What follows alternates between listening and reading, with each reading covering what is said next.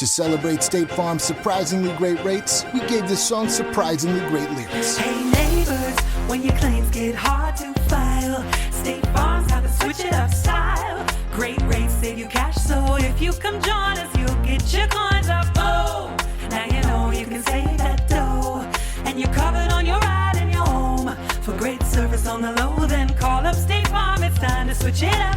Like a good neighbor, State Farm is there. Hey, this is BJ. Thanks for listening to our show's podcast. If you're a fan of all things geeky, you should check out my other podcast, BJ Shea's Geek Nation. We have new episodes every day, and you can check it out at bjgeeknation.com. Your home is going into foreclosure and you feel like a financial wreck. You don't know where to turn for accurate information. I'm bankruptcy attorney Travis Gagne. Let's talk about some legal options. If we work quickly, we can propose a plan to save your home, modify the loan, or in many cases even eliminate your second mortgage. The consultation is free. I've helped hundreds of people just like you make informed decisions about whether to save their home or exit it on a reasonable, organized timeline. The chapter you choose sets the tone for the next chapter of your life. Please contact me today at choosetherightchapter.com.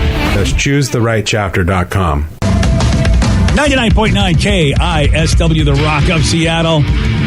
Oh, hockey's coming to Seattle, and we're celebrating. We're celebrating early. We don't have a team yet as far as a team name or team colors. Nope. We have a team, that's for sure. That's right. They're building it. But we do have jerseys, KISW hockey jerseys, and they are sharp, man. They're all black, piped in red and yellow. They look sweet with a great logo on the front celebrating hockey coming to Seattle. And customizable, so you can put your own name and your own number on them. So why don't you want one of these? Why didn't you get one of these for the holidays? I know, because people didn't love you the way you should be loved. Well, love yourself, man. Fair enough. Yeah. Feel good about yourself now. Go order one today at KISW.com. Let's play B-Migs. It's time to play the game. Yeah. So everybody scream his name. B-Migs, don't be a loser. Whoa. B-Migs, you're a loser. It is time to beat Migs. Or maybe we could whack him. It's Whack It Wednesday. Oh, yeah. Whack it. Let's Let me do see it. everybody do their Mr. Wacky then. All right. And Steve did a really good impression of Mr. Wacky earlier today. Whack it. Oh, Mr. man. Wacky. He got whacked. He did. Yeah, appreciated that. So let's see if we can get a twofer today. We've got Matt in Snohomish to take on Steve. Matt, are you there, sir? Yep. Excellent. What's he playing for today, Steve? Tickets to go see the WWE when they come to town for SmackDown Live, which is happening at the Angel of the Winds Arena in Everett on February 5th. Plus, you'll be entered for a chance to win a WWE Survivor Series 2018 chair. Nice. Nice and padded for your ghoulie. Yeah, for your ghoulie. That's right. If you want tickets to go check out the WWE SmackDown Live, you know I'm going to be there, brother. Of course. Get your tickets at Ticketmaster.com. But will your ghoulie be there? Of course, on a all seat. right. Okay, very good. All right, Steve, get out of here. Ghoulie. For those playing at home, Matt will have 60 seconds to answer 10 questions. Matt, you can pass all you want, but you'll only get 3 guesses per question. Are you ready? Yep. In Monty Python and the Holy Grail, what group demanded that Arthur bring them a shrubbery? Who was the first person to fly solo across the Atlantic Ocean? Oh, pass maybe? How about pass. Dijon mustard originated in the city of Dijon, located in what country? France. Yes. What product did Heinz launch in 1870? No. What product did Heinz launch in 1876? Ketchup. Yes. What was David Dunn's weakness in the movie Unbreakable? Pass. Whose sidekick was named Mini-Me?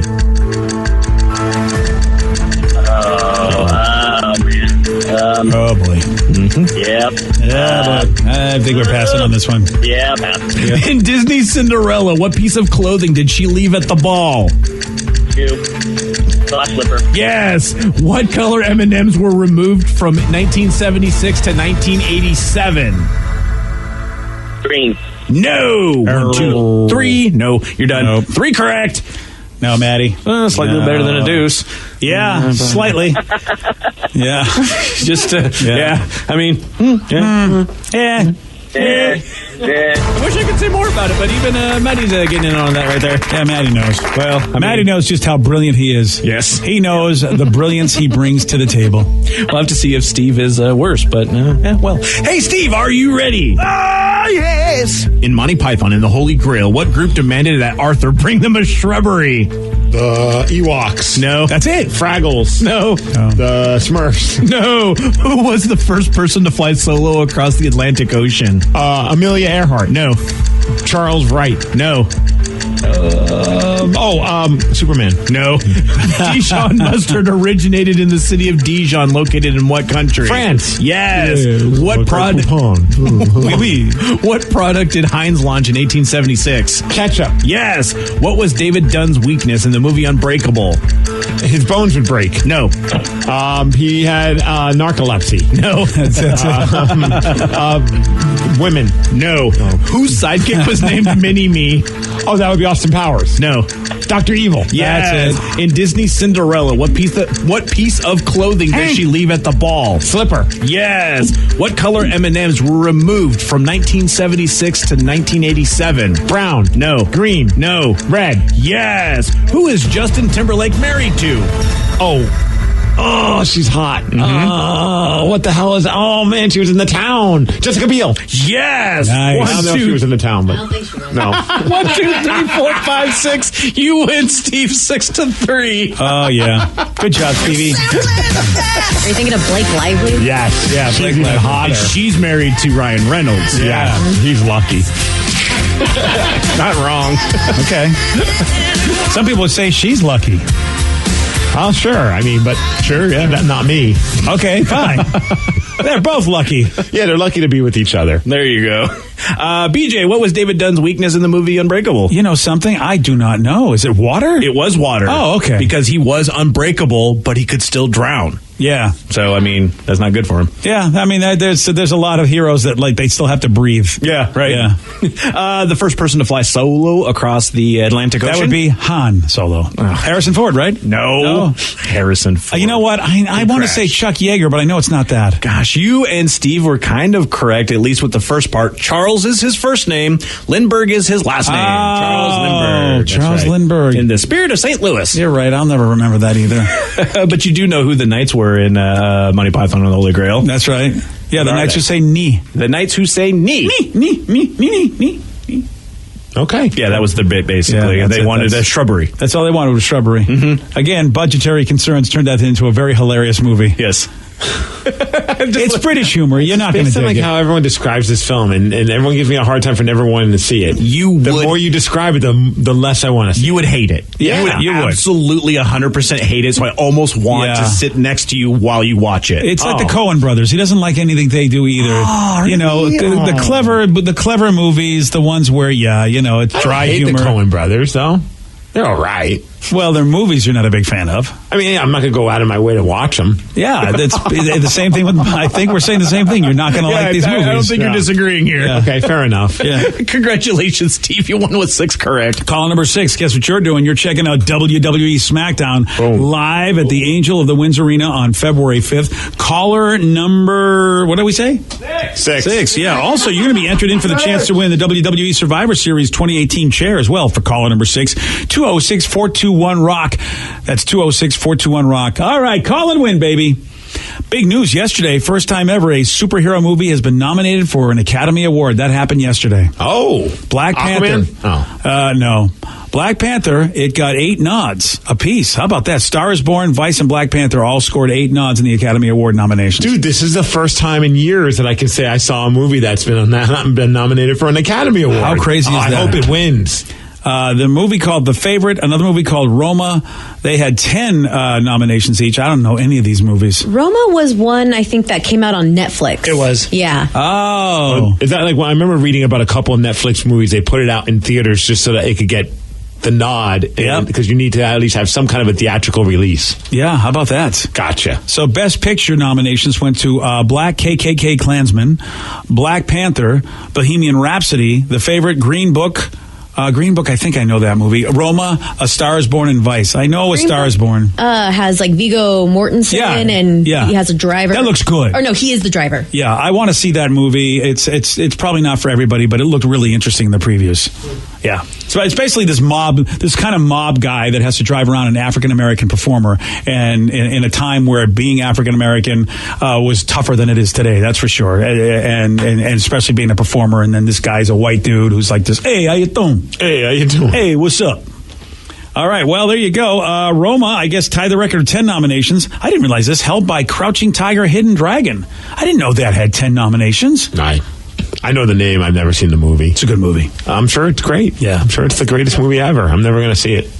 Well, at least it's an action movie. You would have dug it anyway. There's a lot of cool action in Crouching Tiger. Yeah, I mean, for an Oscar movie to have as much action as Crouching Tiger did, you know what? What do you expect from Oscar movies? They're usually boring with no action. So Black Panther and Crouching Tiger, those are fun movies to watch at least. I have no proof of this, but I feel like there was at one point not that long ago, the movies that were nominated for Best Picture were movies I've heard of. You know, like there were movies that were mainstream popular, not just artsy-fartsy popular. Now, what does that say? Does that saying that we become fragmented, or you just don't care anymore? I think the Academy's just trying too hard, in my opinion. But I don't know. I mean, hey, this year at least they've got Black Panther and Bohemian Rhapsody, and like Vicky mentioned, A Star is Born. I've heard that's a really good movie. At least it's like something that's a mainstream film. But I don't know what the hell Roma is. I don't know what the hell the Green Book is. Roma, in case you were wondering, it's about a year in the life of a middle-class family's maid in Mexico City in the early 1970s. Yeah, it's a movie I'm never going to see, BJ. Yeah. Yeah, that's a good point. Yeah, Green Book I want to see. I'm just waiting for it to come out on demand. That's when I'll watch that movie, because my wife and I both thought that would be cool, so we'll watch that together. It's an intriguing story. But how about Black Panther? Up for an Academy Award. And I have to say that it should win because of the spectacle it is. All these other movies are good, but if you're putting that up for Best Picture, the idea of the special effects, the costumes, all of it. I mean, if you think it's good enough to be Best Picture, there is no other picture that can beat it because of the spectacle of it, because of what goes into a superhero movie, the money, the amazing effects, all of that. You just have to make it. It has to be Best Picture. It just has to be. I don't care how good the acting is anywhere else. On the scope of it, if you nominate it, it then definitely should be Best Picture because of how amazing it is of an accomplishment, because you're taking into everything for a Best Picture, which is how it looks on the screen. All they had to do to make all that reality come true. That's, as opposed to like you have Best Actor, which you're Best If they Director. have a movie that they feel is a better story than Black Panther that's nominated, I don't understand that logic. Just because they spent a lot of money and it got nominated, then now it automatically should get the Academy Award. See, you got it. You agree with me. You've said my argument completely, so you know I'm right. I mean, this is the first superhero movie nominated, but I think, honestly, I'm kind of bummed that Logan didn't make the cut a couple years ago. Logan was better. I think it should have been the first one. It was a little bit of both. It had the touchy-feely drama side that, the Academy seems to like, but it was still a comic book movie. Yeah, the thing is with Vicky, and Logan was a great movie. I think Black Panther is much more of a spectacle. See, that's why I'm saying it is such a grand movie. I mean, it's Wizard of Oz spectacle as well as, it really is. If you look at, a movie up for Best Picture. I don't know. I felt like it was no different than any other superhero film. Well, that you would have to ask the Academy, because I don't disagree with you. Academy. You don't want to talk to them because they actually punch myself in the face. They said they wanted to talk to you, Steve. I mean, I would like to hear why the Academy thinks, Steve, because you make a good point. Why is Black Panther an Oscar-winning or Oscar-nominated movie than all the other superhero movies? That's a good question, Steve. I enjoyed it. Don't get me wrong. I really dug Black Panther. I thought that was an awesome movie, but I don't know if it was my favorite of that genre, though. Really? Yeah, I mean, I like the Avengers more. And this is why it's an Academy-nominated movie, because I agree with you. There are other movies that are great popcorn movies, but Academy-nominated movies aren't always what you would call like the movies that everybody would enjoy. The masses usually don't enjoy all those movies. So then, for some reason, the Academy must say that this checks a few of those hello boxes, the swanky boxes that they nominate the movies for that other superhero movies don't. But I would love for them to win it. I think it'd be really cool to see a superhero movie win an Academy Award. That would be the first time ever. Well, and Lord of the Rings finally won one, right? The Return of the King. Didn't that win the Academy Award, the last one? I thought it did. I don't know. Because they didn't nominate the first two Lord of the Rings movies. People said, how could you not? Spectacles as well. Yep, it won Best Picture. And I don't think that was the best of all of them either. I thought that was so lame that won, because I think Lord of the Rings, the first one, is the better of the three, in my opinion. We can all agree the second one's a waste of time, right? if you're a super fan, it's not. But Steve, I can see just traipsing through the jungle with a couple of hobbits on you when you're on a tree is not exactly. It's a couple of little guys just walking through the forest forever. Yeah, it's the forest, BJ, not the jungle. Whatever. Get it right. I'm sorry. Right, BJ? Sorry about that. My bad. Well, actually, yes. Well, it was the forest, and it was the episode 2. So we'll see. Avengers wasn't picked because it broke everyone's hearts. And I don't count that as a full movie, though. It feels like half a movie, so I can't judge if it's a good movie or not until I see the next one. My gosh, my brain hurts. It's like, did you ever? I mean, you wouldn't remember. It's a 2-hour movie. It better be a full movie. it was like 2.5 hours. Exactly. It's more like I bet Vicky's like it's more like a mini series Yeah, like because it's not over. if you remember, you probably don't. The old Titanic, when they came out on VHS, it was 2 VHS tapes because it was so long. It's like was watching that the first huge. one and not watching the second The tape. Godfather was like that, I remember, too. Oh, yeah. Oh, so yeah. it's not done yet. Yeah. Well, I'm excited, and it would be amazing if Black Panther won. I think it deserves to win, but I haven't seen the other movies, so I can't say which one is better. But just all in all, come on, man, Wizard of Oz won. I like say Black Solo Panther better should than win. Black Panther. Really? Yeah. Really? Yeah. I don't know if you're trolling me or if it's No. a really. Look, Solo's a good I thought movie. Solo was an awesome movie. It's a great movie. I stand by that film. Yeah, it's a I good believe movie. in it. I don't think it's better than Black Panther, but it's a good movie. I found more entertainment in it. Really? And I really like Black Panther, but I thought Solo was a better film.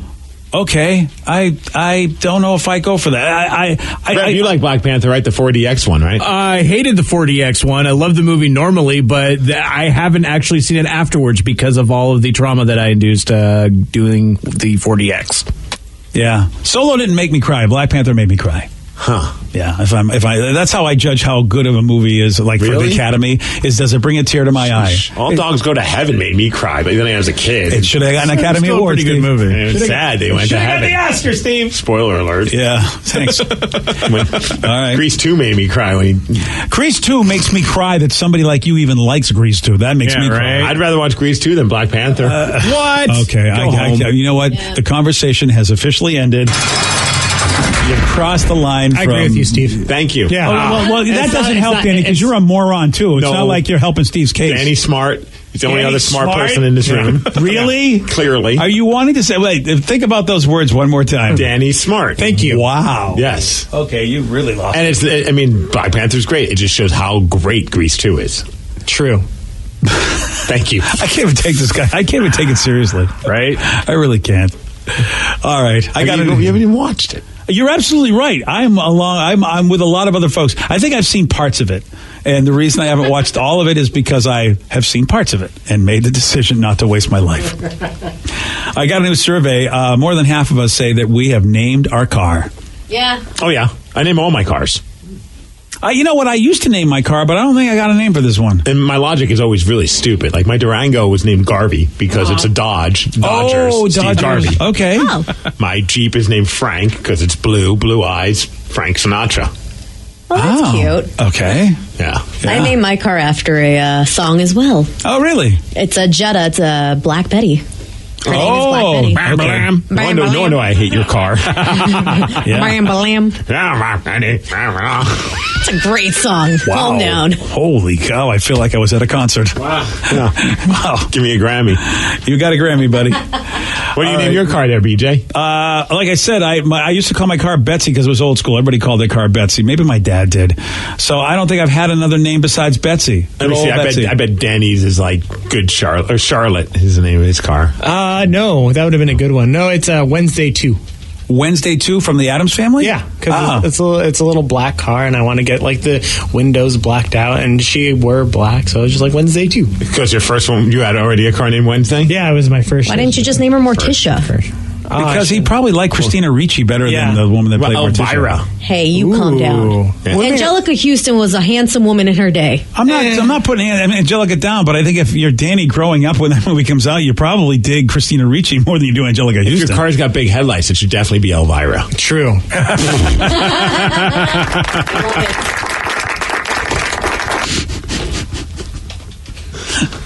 So he says, I have a Ford Explorer. Her name is Dora.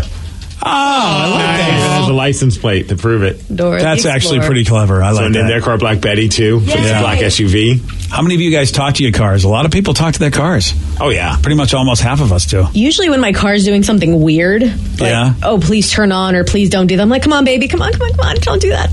Wow. I usually just call her baby. There are people that talk to her in Spanish. It might get her going quicker.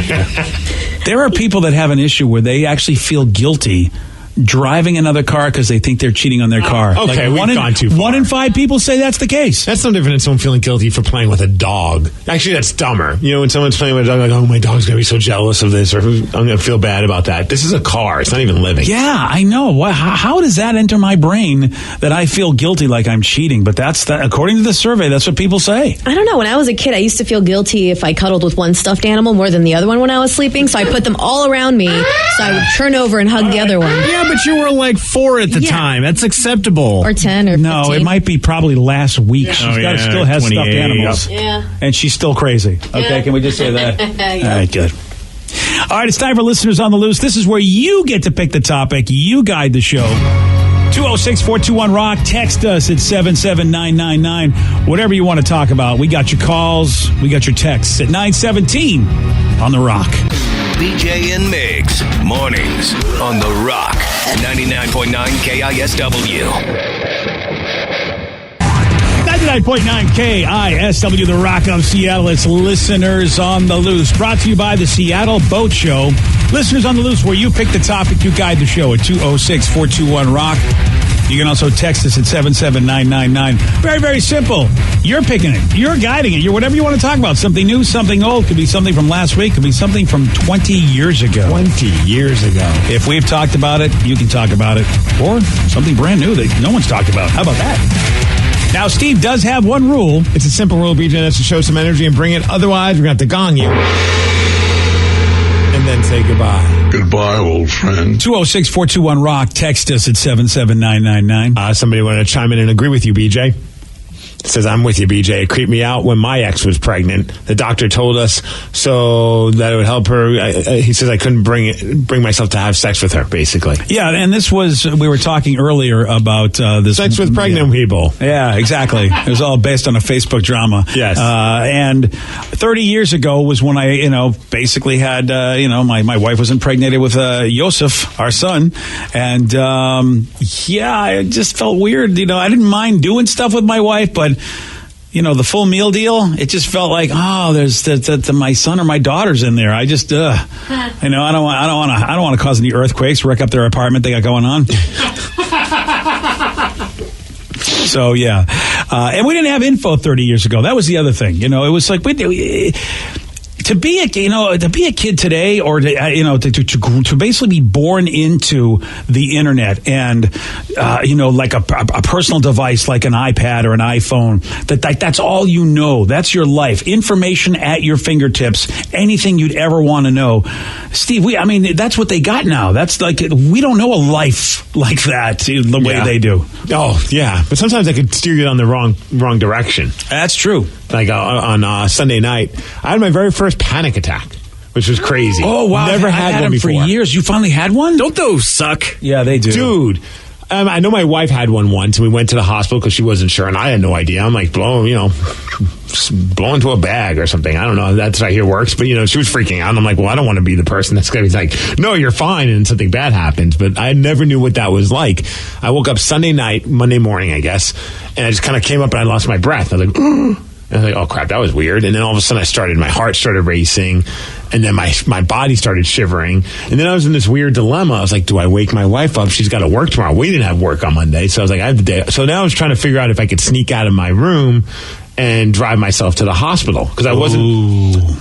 The problem was I went on the internet and I was like, okay, I'm shivering, my heart's racing. I just had like a moment, like what's going on? Of course, you go pull it up on the internet. I'm having a heart attack. Oh boy! So now I'm freaking out even more. I'm like, this going to be the moment? Like what? I don't know what this is like. Am I having a heart attack? So I'm starting to get a little nervous about this. So then finally, I was about to get out of the bed and drive myself, because I thought I didn't want to wake my wife up.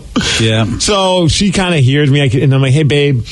And she says, well, what's going on? I said, I don't know. I might be having a heart attack. You might need to take me to the hospital. Damn. That's a hell of a way to wake up. So I explained what's going on. She's like, it sounds just like when I had my panic attack. It sounds like what you're having. I was like, oh. all right, I'm okay then. And then I just lied back down. But at first I was freaking out, and I was just lying in bed thinking, oh man, that was the internet right. So it's funny though when you think about like the internet being helpful and at our disposal. I think it sometimes does us more damage because I instantly thought I was dying. I hope. Well, you know what? I'm glad your wife was right, because what if she was wrong and you were having a heart attack? She's just letting you sit there. Well, I know, and that's what her thing was like. If you want, I'll take you. I'm like, no, you got to work tomorrow. She's like, if you're dying, I'd rather take you to the hospital. Yeah, see, it's a funny thing as a guy. I don't know if it's just guys, but the ones that don't like to be a bother. It's like, if you're dying, you should let people just be bothered. You know what I mean? It's like, if you really were dying, I don't think work or anybody's life means anything. I've seen one inconvenience with my heart attack. See, that's the thing. It's like, which is not a heart attack. With my heart attack. Some salt on it. It's fine. You'll be fine. Rub dirt. And she's like, wait, you were going to just go sneak out of bed and go drive yourself to the hospital? Yeah. Don't you think that would piss me off more than waking me up? And there's nothing wrong with a guy who's having a heart attack trying to navigate his way on the freeway. No, that's fine. Oh, it's a quick shot to the hospital. Oh, well, that's even better. Then you'll be fine. Yeah. I mean, I could just coast. Yeah, there's no other cars on the roadway or anything that you got to worry about. Not at 2 in the morning. No, of course not. Sure, you'll be safe. fine. Yeah. So he says I always get myself freaked out when I look up symptoms on the web. It always makes things worse. So did you have a panic attack, or did the web making you think you had a heart attack give you the panic attack? Which came first? I'm pretty sure it was a panic attack. Based on how she described hers, I mean, I guess everyone has a different type of panic attack, but from what it sounds like, it was a panic attack. I just never experienced a panic attack before, and I don't even know why I did at that moment. That's what I'd like to find out. I don't know if I had like a weird dream and it just set me off, but then I was like shivering, like as if I was freezing cold in the room. Yeah, that's nuts. It was very trippy. Yeah. I mean, I got nice sympathy from my wife for a minute. That was pretty cool. Well, it's nice that the person that loves you will at least be sympathetic to your possible heart attack condition. When you think you're dying, that's when you find out if the person that you're with loves you or not. Yeah. Like they actually drop like all the crap they give you, and everything kind of becomes serious for a second. I think my wife would be on the phone with the insurance company. Now, do heart attacks count? And do I get all the money? Somebody says the question. I had the same thing happen, Steve. I got rushed to Harborview. Another person said, when I had my first panic attack, I looked up online. Big mistake. Everything was chalked up to being a stroke. Nope, it was just the beginning of my anxiety. Yeah, see, that's the thing. And the best part was, I'm shivering and I'm freaking out.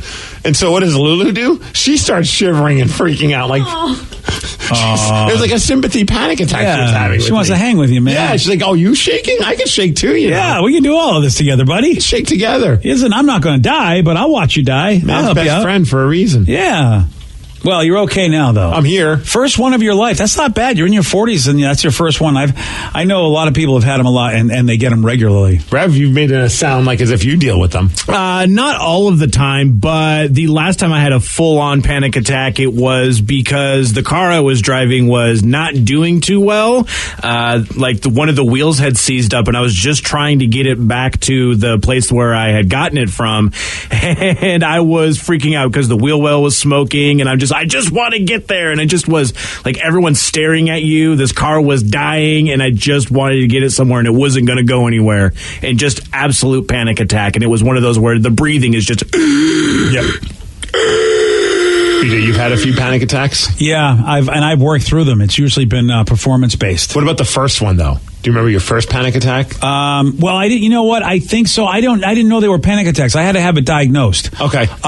Because I'm a verbal person, so I just do a lot of yelling and screaming, and I did. Yeah, I mean, I do. That would have freaked my wife out. Yeah, right. Well, more verbally, like I'll yell at people and scream at people and be mean to people, and I didn't know it was a panic attack. Oh, wow. What was going on? Luckily when I went to therapy and I would talk about blah blah blah, and they'd be like, sounds like you had a lot of panic attacks, didn't know. And I'm like, really? Yeah. Danny, have you had a panic attack? Oh, yeah. When I was going through my divorce, I just had a lot of just self-doubt about myself, and all of a sudden my heart would just be racing, and I'd be questioning myself. And I was like, I don't know what's going on. But and then you went online. Yeah, and then I went online. You've been next to me, too. Oh, sorry, Danny. No, it's fine. It was just really anxiety-driven, like to the point of where I couldn't even like stand up because I was like nervous about what was happening. But I've got them under control now. Steve, you've been next to me a lot. Yes. When I've had them. When we've done live shows way back in the day. I having a panic attack. Me being crazy. Yeah. was panic attacks. I just didn't know that's what it was. Oh, you were super panic attack. Yeah, but I didn't know that's what it was. I just thought it was nobody's doing their job, and I had no idea that I was tripping. I had no idea. And the one, again, when you've got show members being hauled away by the police while you're trying to do a show, and it's like that was a nice trigger for a panic attack. That never happened. No, that never happened. What are you talking about? That's like my number 2 person. My number 2 person is really supposed to be the guy, and he's being hauled away, and I'm like, by the police. Yeah, and multiple times during performance, people that I relied on were supposed to be doing the job, and instead they were causing trouble. Well, in all fairness, they were being arrested. It's not their fault. Yeah, you're right. What am I thinking? What am I thinking?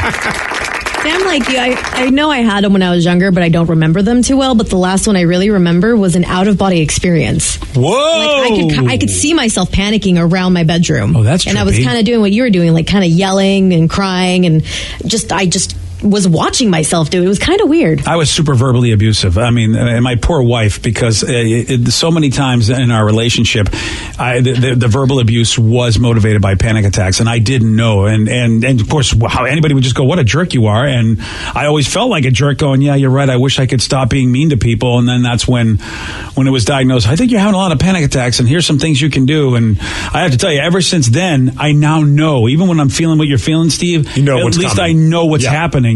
So it's like, okay, well, all right. Rather than just go not knowing and just blaming people, going, I wouldn't feel this way if you were blank or whatever. Well, that was nice about having my wife saying, okay, it sounds like what you're having is what I dealt with. Because some people were saying, hey, you can't have a panic attack while you're asleep. That's sleep apnea. I woke up and then started having the panic attack. It wasn't like as if I woke up in the middle of a panic attack. It was just, I woke up, something kind of startled me.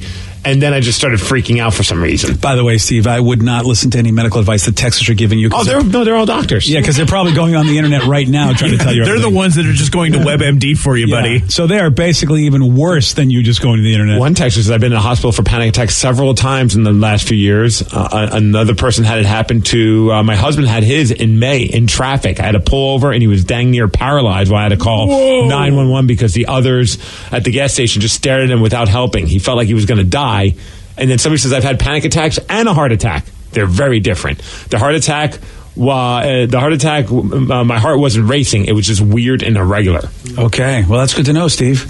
Good to know now that, when you have a heart attack, you'll know it'll be very different. Yeah, thanks, TJ. Appreciate that. I'm going to help you out there, buddy. It's Listeners on the Loose. You pick the that. topic. You guide the show. Yeah, look forward to the symptoms. It's going to be a fun time. 206-421-ROCK. You can also text us at 77999. Listeners on the Loose. More of your calls and texts at 933 on The Rock.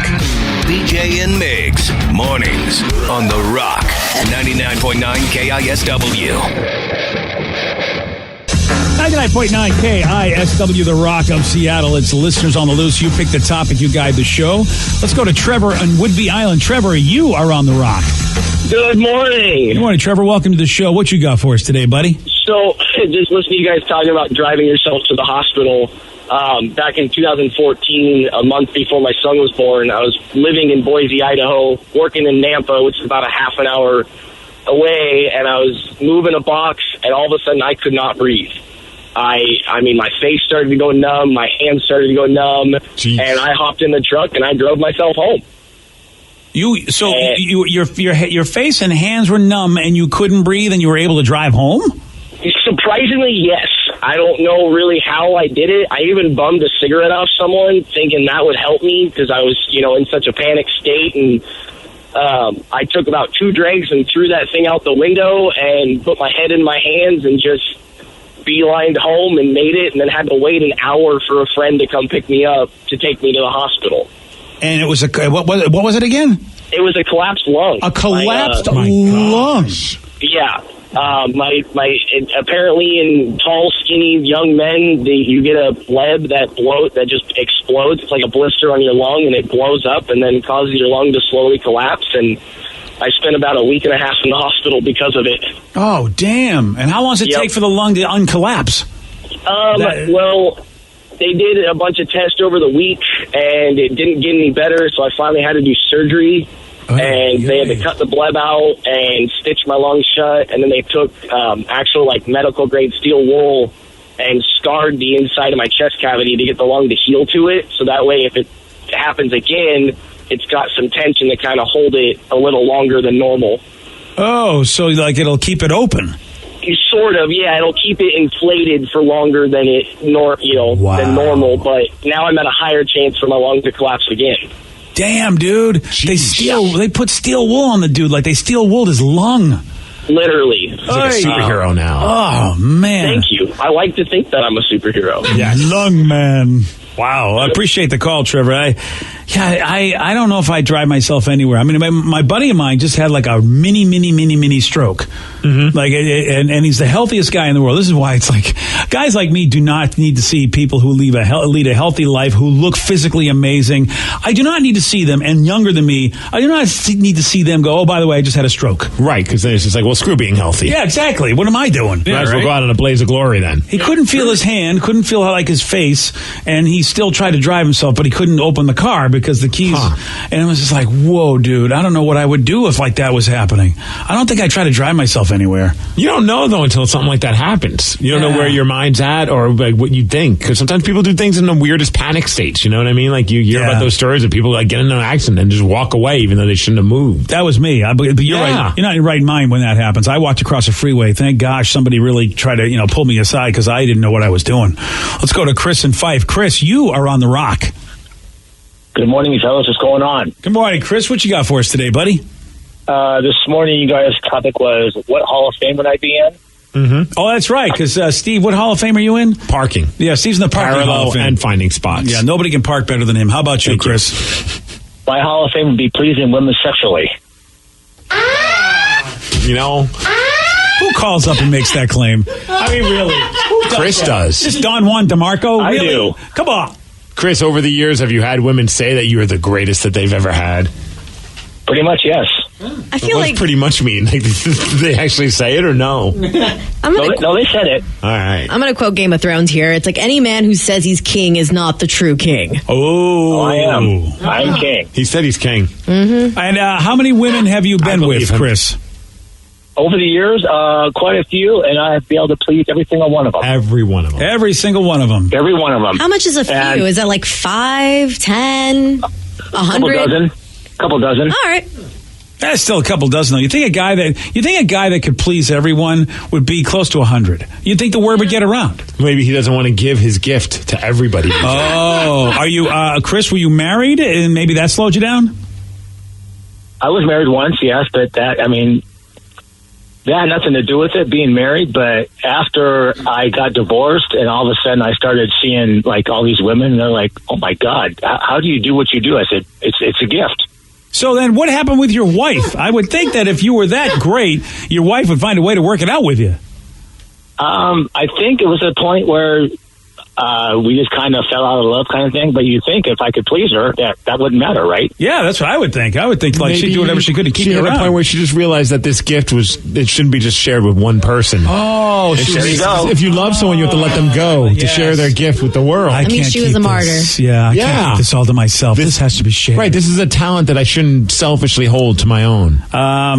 I want to ask more, but I think we'll get in trouble, right? Right, you can't really ask what it is that makes him so great at it. We just have to take him for his word, BJ. Yeah, I guess we'll have to take him for his word. Well, the best part is the look on their face, because it's like either they haven't had it that good before, or they've had it but not that good. Ah, I see. Either way. So you haven't had any women that didn't fail to have a great time, and you don't think anybody was faking? You think it was all legit? Well, I can tell if they're faking or not, and they weren't faking, because usually women, they act a certain way, and they all act the same way.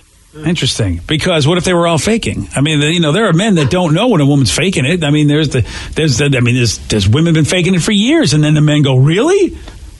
Well, it's kind of hard for a man to fake it, so it's kind of hard that a woman fake it after they have one, because you could tell by their body language. Mm-hmm. Yeah, really. Chris knows what's up. Yeah. Okay. I don't know. Just accept that he is. I saw when Harry Met Sally, it really looked like that, she had a good time in the restaurant. Oh, yeah. Girls are great at faking it. See, we'll never know. I want to talk to the women, because Chris may not know. Chris, they might have just been kind, all those women. You may not be good at all, for all we know. Well, after a woman has one, and if you touch a certain spot, they get really sensitive and they kind of shiver. Yeah, the belly button. Oh, yeah. The remote control. Well, hey, congratulations, Chris. That's really cool. I'm honored that we got to have you on our show. Hall of Famer. Yeah, I mean, it's not often that you get a Hall of Fame. We had Edgar Martinez on, but that was before he was inducted in the Hall of Fame. That's true. Good luck to us trying to get him on. But here we have a bona fide pleaser, women-pleasing Hall of Famer. That was pretty cool, guys. Let me ask Vicky, because Vicky should be. Vicky, what do you believe? What do you think? I don't think. I think he is. I'm not saying he's bad. I just don't think out of all those dozens and dozens of women, he satisfied each and every one of them. And if you're not married, why not give the gift? Don Juan DeMarco, which is the Johnny Depp movie, was a pleaser of women, no matter what woman it was, and looks didn't matter to him either. He just loved giving a woman a great time in that movie, and everybody heard about him, and everybody wanted to be with Don Juan DeMarco. But think about a lot of the greats. I mean, Picasso didn't just paint something for everybody. A good chef doesn't just go over to everyone's house and cook them a meal. You gotta deserve it. You gotta deserve it, I see. Okay. Yeah. So for you to parallel park a car, you're not gonna park anybody's car. It's gonna be a specific. Okay. The people have to earn Steve to parallel park the car. And he could be one of many Hall of Famers to pleasing women. We've had lots of texts from people that said the exact same thing. Oh, really? I imagine that this Hall of Fame is rather large. Yeah, I'm not in the Hall of Fame, unfortunately. No? Yeah, I don't think that's happening. So listeners on the loose, let's go to Paul. BJ. Oh, yeah, what are you gonna do? You know what I mean? Let's go to Paul in Bothell. Paul, you're on the Rock. Hey, how's it going, guys? Not too bad. Paul, what you got for me? Well, yesterday I was really busy, and the men's room had a subject on about the worst thing that you've ever had to clean up. Oh, God, that's I can only imagine. What about you? Yeah, this is a terrible segue from your previous subject. But, right? Yeah. We go from pleasure to pain so quickly.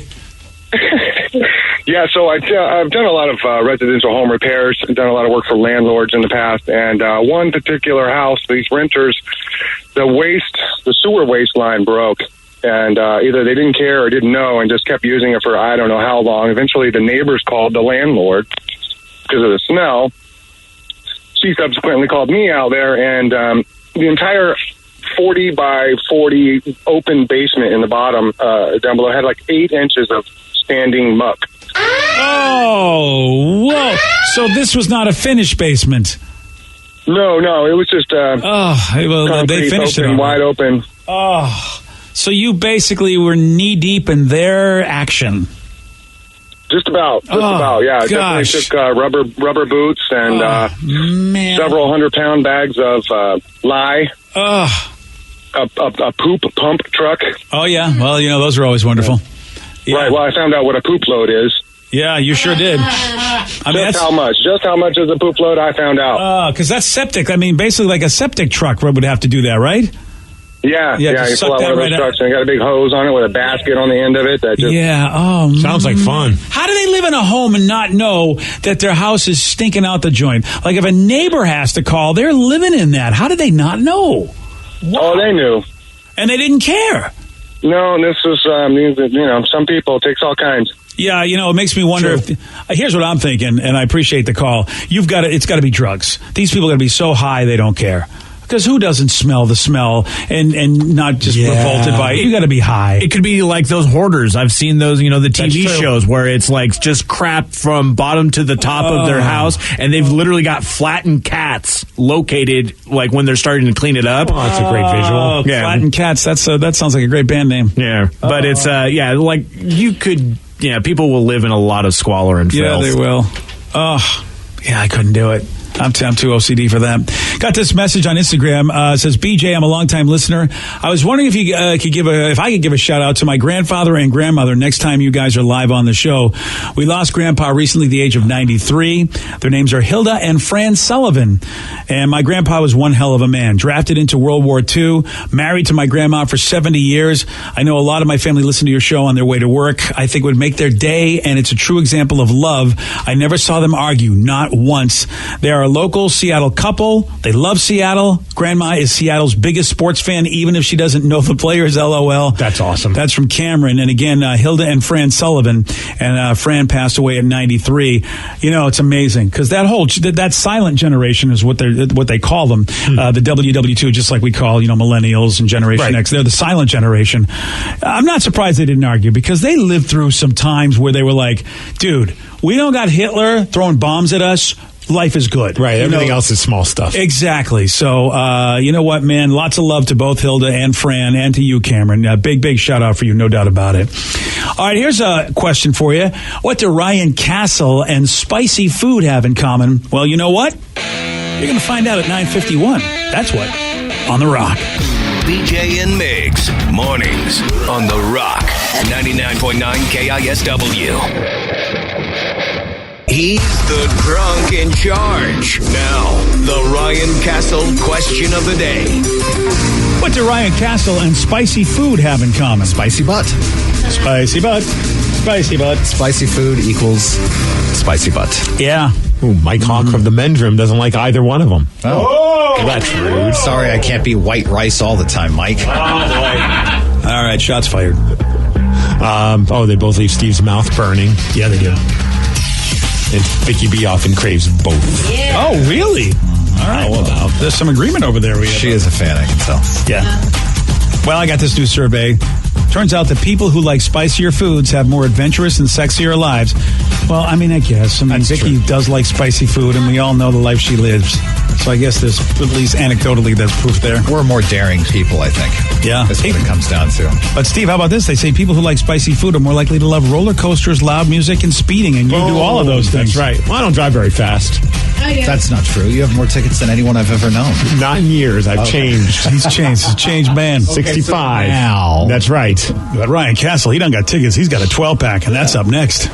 BJ and Migs play of the day. I put you in the Board Game Hall of Fame. You're all the only person I know that obsesses that much about board games. Yeah, but I wouldn't put myself on the Hall of Fame because I know my community. Do you have anything that you would be in then? I would think the Radio Hall of Fame. No, we didn't get in, man. We got nominated. Sorry. See that? We got shot down. Yeah, well, we got nominated, but we should be in there because really the rest of the people that are in there don't belong in there. Maybe Jack We Penny. haven't been nominated ever again, and I still contend it's because you called the guy who's in charge of the Hall of Fame by the wrong name. That sometimes happens. Yeah. His name was Greg, and he called him Craig. Yeah. BJ and Migs, mornings on The Rock, 99.9 KISW. Today's podcast was brought to you by Travis Gagne, bankruptcy attorney. Here's another question from a listener. If I file for bankruptcy, do I have to appear in court? That makes me nervous. Going to court is never something that's easy to do. However, when you file bankruptcy, you usually only have to attend one hearing at the courthouse. Of course, I'll be there with you. And when you go to court, it's not before the judge. It's actually with the trustee or the trustee's attorney. One of the things that's critical in a bankruptcy is that you give your attorney and the court all of your information. You list all of your assets and all of your creditors. That's what we're trading for your discharge, is your true and honest disclosure of your assets and liabilities. And so the court hearing is just usually about a 5-minute deal where you show up and reaffirm and swear that all the information you've given the court and your attorney is correct. Thanks, Travis. If you have more questions about bankruptcy, you can reach out to Travis anytime at choosetherightchapter.com. That's choosetherightchapter.com. Thanks for listening. I'm Erin Ryan, political commentator, comedy writer, and host of Crooked Media's Hysteria. And I'm co-host Alyssa Mastromonaco, former White House Deputy Chief of Staff for President Obama. Each week on Hysteria, we are joined by a team of hilariously opinionated ladies to discuss the headlines from the serious to the absurd. We cover everything from reproductive rights to rom-coms and break down the political news of the week and cultural stories that affect women's lives. New episodes of Hysteria drop every Thursday. Listen on Odyssey, Apple Podcasts, or wherever you get your podcasts.